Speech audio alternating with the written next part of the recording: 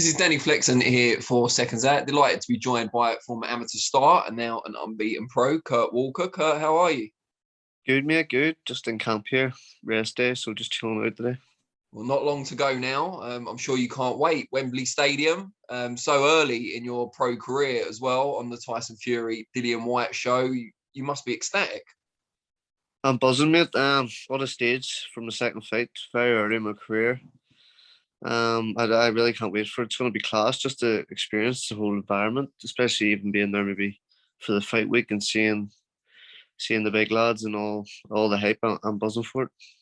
Was being involved in events of this magnitude part of the reason why you decided to make the move from amateur to professional after the Olympics? Yeah, 100%. I was obviously looking about to see what options I have and going with Top Rank. I was offered opportunities like this. Didn't know they would maybe come this quick, but they have. So that was the main thing that turned me over. Just the opportunities that I was promised, and they're being delivered so early in my career. So it's only going to get better.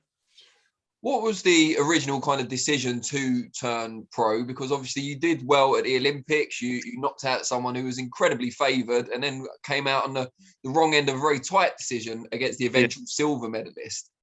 Did you ever consider kind of staying on for a bit longer? Nah, I've been there for.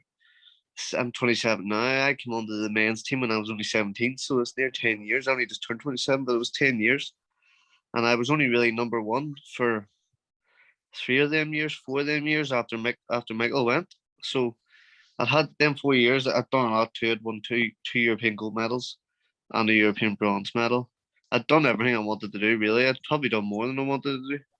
But my main goal was always to be an Olympian and then be a professional boxer, and that's what I've done. What's it like now being managed by someone who you were competing with for that place for so long, but also friends with and sparring with in camps for so many years? No, it's brilliant. Even Mick was always number one, but we were always mates. We were always mates from the start. It was a good atmosphere. And he when he was number one, he was Ireland's only male world champion. So I wasn't even that bothered because I couldn't be any better. It couldn't be any better than being that. So yeah, I learned a lot off him, especially in the younger days, training with him too. And now having him as a manager is great because I train with him now too in London. So it's good to have that experience. So you're at the boxing booth gym. Just tell us about that and how you're adapting to their style and their regime. Brilliant. I loved it. I love the place. It's probably the best gym I've ever trained in, to be honest.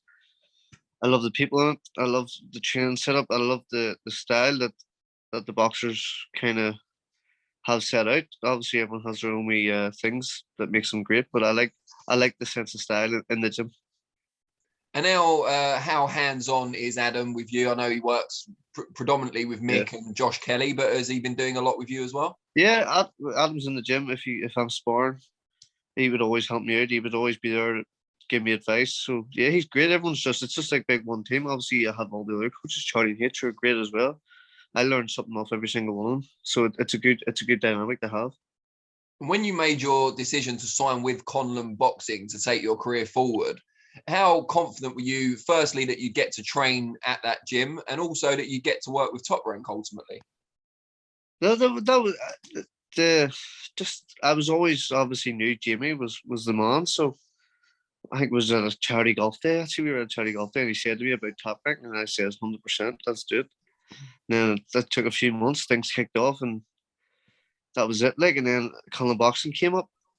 I was buzzing with that then because it's close to home. I was training with their dad for the last 4 years, so I'd be close to the family anyway. So it was a perfect fit for me.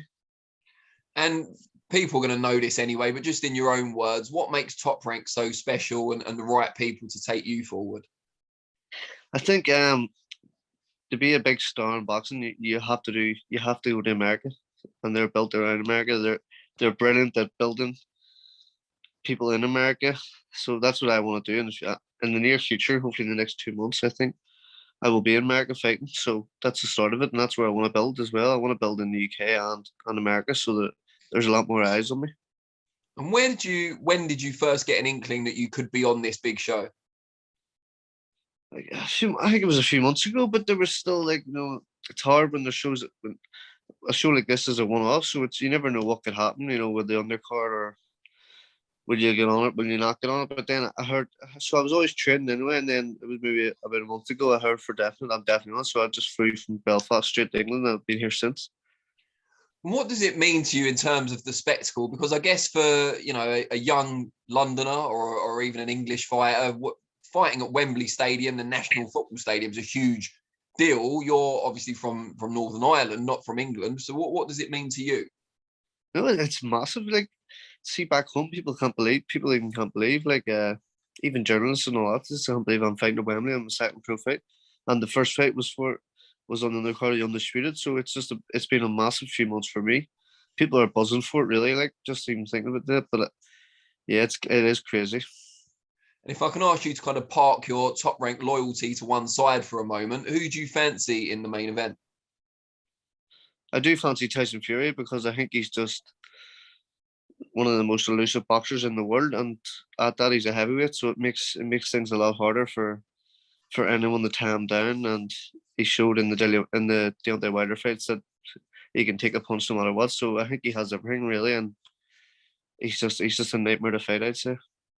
What do you make of Whyte not participating in the media stuff, at least so far? I think today, as we record this, we're a couple of hours away from the first conference call, and he's actually going to well, he says he's going to participate. Let's wait and see. But, what do you make of him ignoring it before then? I don't know. I think it's maybe just mind games or something. I don't see the use in it, but he's his own fighter. He can do what he wants. Well, really, to a certain extent. So that's his choice. So Tyson Fury can sell a fight himself, realistically. He's the draw. He's the main draw for all over the world. So I don't think it's going to make much of a difference. And you must be psyched up the fact that it is getting a lot of attention, which is going to translate to you, because I'm not sure what time you're going to be on the night, but I imagine it will be packed from quite early on. Yeah, well, sure, people are going to be there just to witness the whole event, really, aren't they? So, yeah, I will be on early. I don't mind anyway. I just want to be a part of this show and get the win, and show that for the people who do watch, and people will know me after this who didn't know me before. Even if two people know me after who didn't know me before, it's all right. You know what I mean?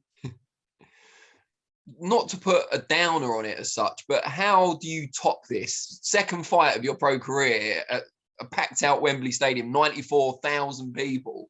How do you do better?